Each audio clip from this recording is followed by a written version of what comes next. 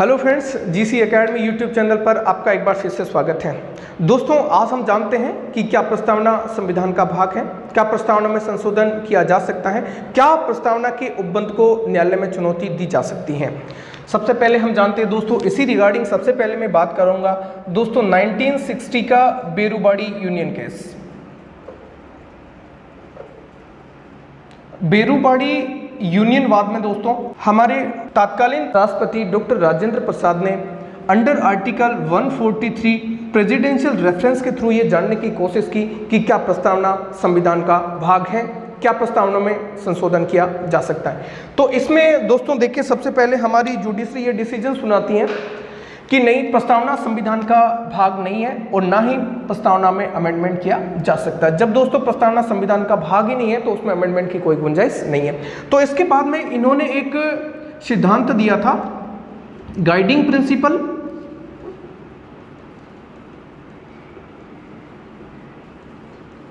Guiding principal दिया था। उन्होंने कहा था ये निर्देशक की तरह काम करेगी, ये निर्देशक की तरह काम करेगी। दोस्तों इसका मतलब है कि संविधान के किसी भी उपबंध में जहां पे भी अस्पष्टता आए उस समय व्याख्या के लिए हमारे संविधान की प्रस्तावना है जो सहायता करेगी। ये बात कही थी इन्होंने यहाँ पे बेरुबाड़ी यूनियन केस में। इसके बाद में दोस्तों बात आती है 1967 का गोलकनाथ बनाम पंजाब राज्यवाद। गोलकनाथ बनाम पंजाब राज्यवाद। दोस्तों क्या होता है गोलकनाथ बनाम पंजाब राज्यवाद में? इस समय जब हमारी जुडिशरी के सामने ये केस आता है कि क्या प्रस्तावना संविधान का भाग है, क्या इसमें अमेंडमेंट किया जा सकता है, तो इनका भी सेम डिसीजन रहा था दोस्तों कि प्रस्तावना संविधान का भाग नहीं है, और जब प्रस्तावना संविधान का भाग नहीं है तो आप उस पर अमेंडमेंट नहीं कर सकते हो। लेकिन दोस्तों उस समय के न्यायमूर्ति एम हिदायतुल्लाह होते हैं।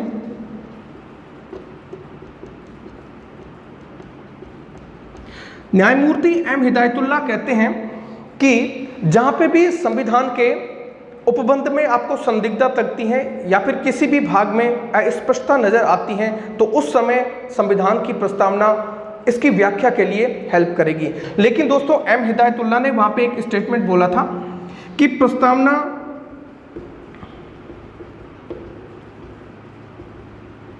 संविधान की मूल आत्मा है। ये एग्जाम में फ्रीक्वेंटली क्वेश्चन पूछा जाता है कि किसने कहा था प्रस्तावना संविधान की मूल आत्मा है। इसी डिसीजन के दौरान न्यायमूर्ति एम हिदायतुल्लाह ने कहा था कि प्रस्तावना हमारे संविधान की मूल आत्मा है। दोस्तों इसके बाद में हम बात करते हैं 1973 का केशवानंदा भारती बनाम केरल राज्यवाद की। 1973 का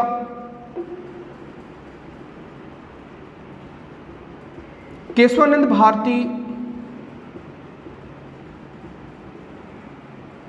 बनाम केरल राज्यवाद। दोस्तों इंडियन जुडिशियल हिस्ट्री का ये सबसे बड़ी बेंच के द्वारा दिया गया डिसीजन था अभी तक का।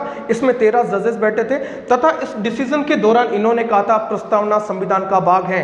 अपने दिए गए प्रीवियस दोनों डिसीजन को ओवररूल करते हुए ये कहती है कि प्रस्तावना is a very well part of our constitution and hence you can amend it. यानी कि आप प्रस्तावना में उसी तरह से अमेंडमेंट कर सकते हो जैसे भारत की संसद दूसरे प्रावधानों को, दूसरे उपबंधों को अपने संशोधन करने की पावर रखती है, उसी तरह से आप इसमें पावर रख सकते हो। लेकिन दोस्तों इन्होंने फिर से एक लेकिन लगाया और जिसमें कहा था मूल ढांचा का सिद्धांत दिया था, यानी कि doctrine of the basic structure, मूल ढांचा का सिद्धांत। उन्होंने कहा था आप संविधान की प्रस्तावना में जहां चाहो दूसरे उपबंधों की तरह आप जैसे अमेंडमेंट करना चाहो अमेंडमेंट कर सकते हो, लेकिन मूल ढांचा प्रभावित नहीं होना चाहिए। मूल ढांचे में परिवर्तन नहीं कर सकते हो तो प्रस्तावना को मजबूती प्रदान करने के लिए आप उसमें अमेंडमेंट कर सकते हो, तो नेगेटिव अमेंडमेंट इसमें नहीं कर सकते हो। ये बात कही थी केशवानंदा भारती बनाम केरल राज्यवाद में, और मूल ढांचा का सिद्धांत 1973 में दिया गया था। इसके बाद में दोस्तों वो मामला आता है 1976 का 42nd अमेंडमेंट हमारे संविधान की, हमारी संसद के द्वारा किया जाता है, और उसने हमारी प्रस्तावना में 3 नए शब्द जोड़े थे। आपको पता होगा, समाजवाद, पंथ निरपेक्ष और अखंडता। ये 3 नए शब्द हमारे संविधान की प्रस्तावना में जोड़े हैं। दोस्तों ध्यान रखें, अभी तक हमारी प्रस्तावना में एकमात्र बार अमेंडमेंट हुआ है और उसमें 3 नए शब्द जोड़े गए हैं। तो एग्जाम में क्वेश्चन पूछा जा सकता है कि मूल प्रस्तावना में कौन से शब्द थे या नहीं थे। यदि ये शब्द जो हमारी संविधान की प्रस्तावना की मूल प्रस्तावना में नहीं थे तो इस बात का हमें ध्यान रखना है। इसके बाद में दोस्तों हम बात करते हैं 1993 का एसआर बंबई बात।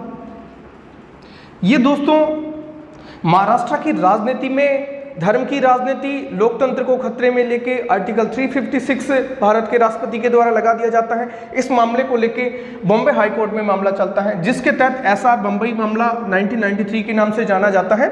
इस मामले में हमारी जुडिशरी इससे संबंध डिसीजन देते हुए प्रस्तावना के काफी सारे प्रोविजंस को एक बार फिर से दोहराती है तथा ये कहती है कि प्रस्तावना संविधान का अभिन्न अंग है। प्रस्तावना संविधान का अभिन्न अंग है,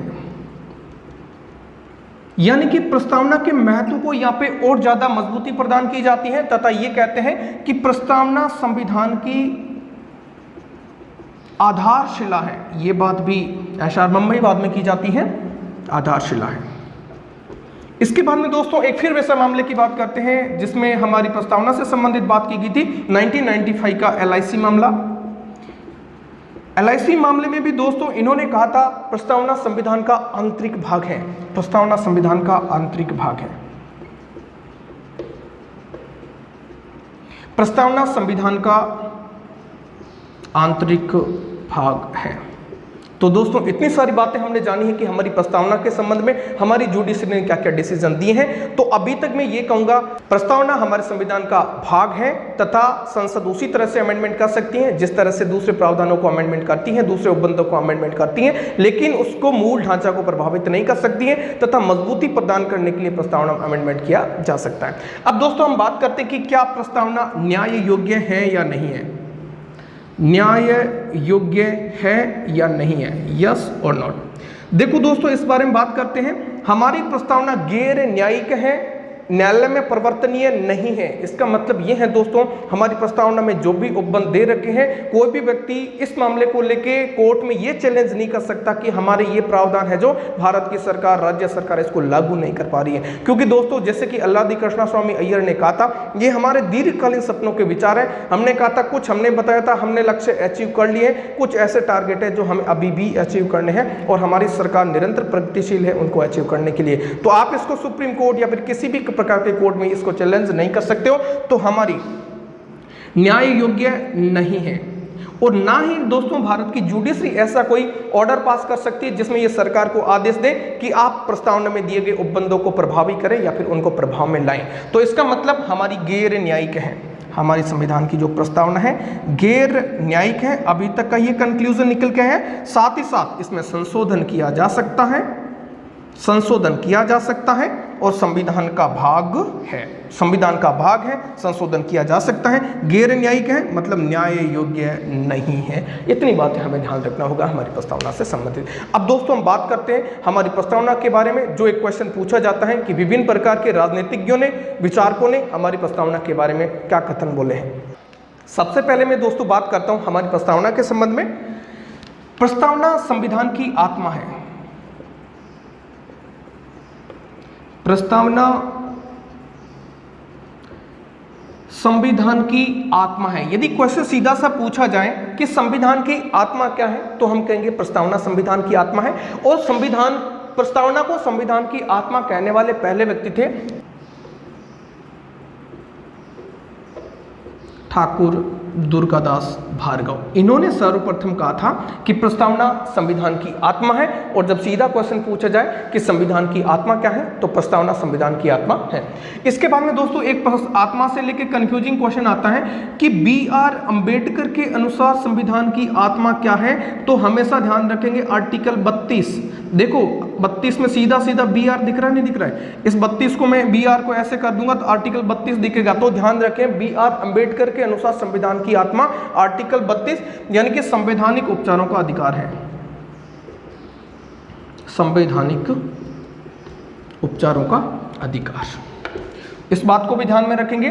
दूसरी दोस्तों मैं बात करता हूं ग्रेनविल ऑस्टिन की। क्योंकि ये कुछ ऐसे कंफ्यूजिंग क्वेश्चन हैं जो रैंडमली एग्जाम में पूछे जाते हैं। ग्रेनविल ऑस्टिन ने कहा था कि नीति निर्देशक तत्व,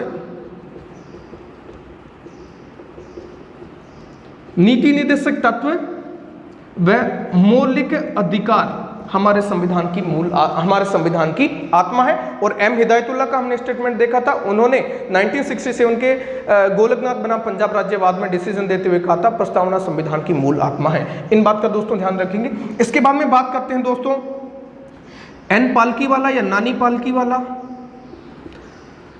नानी पालकीवाला ने प्रस्तावना को संविधान का परिचय पत्र कहा है, यानी कि identity card of our constitution, ये बात की है नानी पालकीवाला ने। इसके बाद में दोस्तों हम बात करते हैं संविधान निर्माताओं ने इसके बारे में क्या कहा था। संविधान निर्माताओं ने इसको संविधान की कुंजी कहा था, और कुंजी से संबंधित दोस्तों एक पूछा जाता है अर्नेस्ट बारकर का। अर्नेस्ट बारकर ने इसको कुंजी नोट कहा था, इस बात को भी ध्यान में रखें। अर्नेस्ट बारकर ने इसको कुंजी नोट कहा था। उसके बाद में इंपॉर्टेंट के.एम. मुंशी का, जो कि प्रारूप समिति के एक सदस्य थे, इन्होंने कहा था ये एक राजनीतिक कुंडली है। और एक एनसीईआरटी का फैक्ट भी देख लेते हैं, जिसमें अल्लादी कृष्णास्वामी अय्यर ने कहा था, अल्लादी कृष्णास्वामी अय्यर ने इसके बारे में बोला था, यह हमारे दीर्घकालीन सपनों का विचार है, ये हमारे दीर्घकालीन सपनों का विचार है।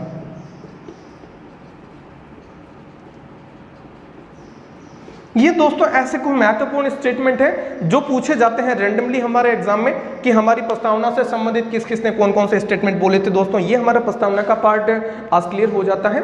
हालांकि ये पार्ट छूट गया था तो मुझे छोटा सा वीडियो पार्ट 2 के तहत इसमें लाना पड़ा। अगले में दोस्तों प्रस्तावना से संबंधित जितने भी इंपॉर्टेंट क्वेश्चन बनते हैं, यानी कि प्रीवियस ईयर में जो क्वेश्चंस पूछे गए, मैं हर टॉपिक के बाद में एक ऐसी सीरीज लेके आऊंगा जिसमें प्रीवियस ईयर में पूछे गए क्वेश्चंस का कलेक्शन आपके सामने रखा जाए। पढ़ने के बाद में आपकी अच्छी प्रैक्टिस हो जाए, आपके सारे कॉन्सेप्ट क्लियर हो जाए। थैंक यू सो मच दोस्तों हमारे साथ में बने रहने के लिए।